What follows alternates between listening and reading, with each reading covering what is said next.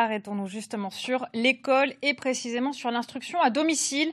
Plusieurs familles de la région qui font école à la maison ont manifesté aujourd'hui devant le rectorat à Toulouse.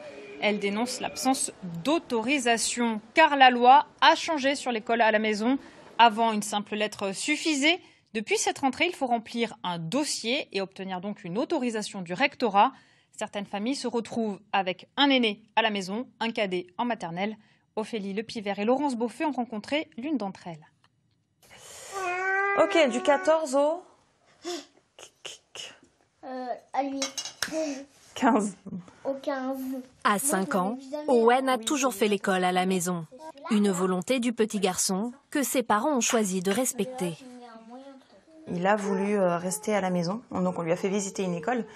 Le but, c'était vraiment de lui laisser le choix, donc on lui a montré le contexte d'une école. Et non, il a défini qu'il voulait faire l'instruction en famille.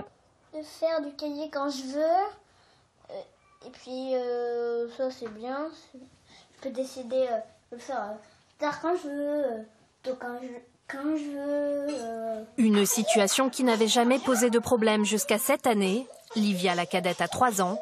Elle doit maintenant être scolarisée. Qu'est-ce qui te sert à mâcher tes aliments? Oui, maman. Tu me les montres sur Oscar? C'est quoi? Les dents. C'est les dents.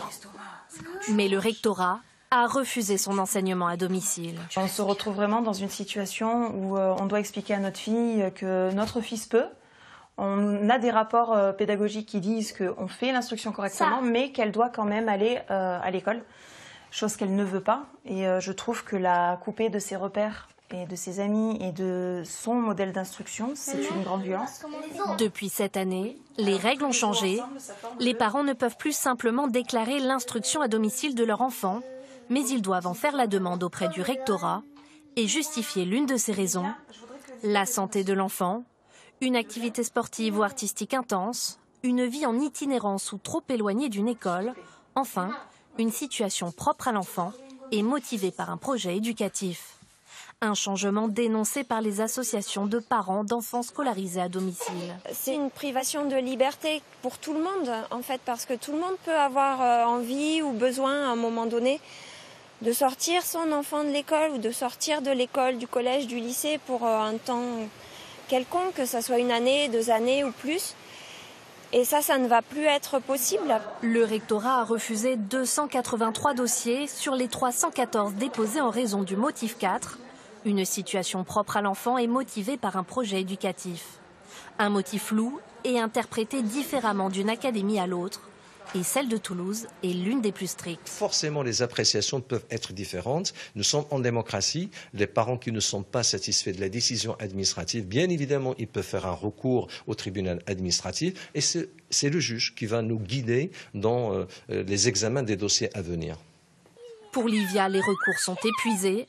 Les parents sont désormais dans l'obligation d'inscrire leur fille à l'école, mais choisissent la désobéissance civile. Même si on doit sortir de la légalité, si on le fait, c'est pour nous, pour elle, et pour toutes les familles qui peuvent avoir besoin en fait, de ce choix de liberté d'instruction.